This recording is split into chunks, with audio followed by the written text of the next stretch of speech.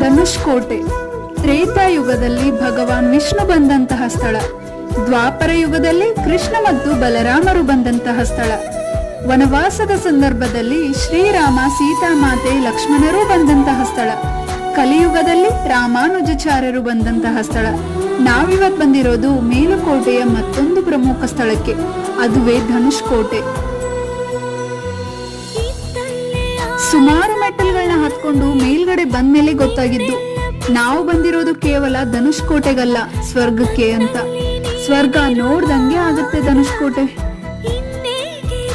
ಇನ್ನು ಧನುಷ್ಕೋಟೆ ಅನ್ನೋ ಹೆಸರು ಹೇಗ್ ಬಂತಂದ್ರೆ, ವನವಾಸದ ಸಂದರ್ಭದಲ್ಲಿ ಸೀತಾಮಾತೆಗೆ ಬಾಯಾರಿಕೆ ಆಗಿರುತ್ತೆ. ಅವಾಗ ಶ್ರೀರಾಮ ಸೀತಾಮಾತೆಗೋಸ್ಕರ ನೀರು ಬರಿಸಿದ ಕೊಳ ಇದು. ಶ್ರೀರಾಮ ತನ್ನ ಧನುಷ್ನಿಂದ ನೀರನ್ನು ಬರಿಸಿದ್ದಕ್ಕೆ ಧನುಷ್ಕೋಟೆ ಅಂತ ಹೆಸರು ಬಂತು. ಇಲ್ಲಿ ಕಾಣಿಸ್ತಿದೆಯಲ್ಲ ಕೊಳ, ಈ ಕೊಳನೇ ಧನುಷ್ಕೋಟೆಯ ಕೊಳ.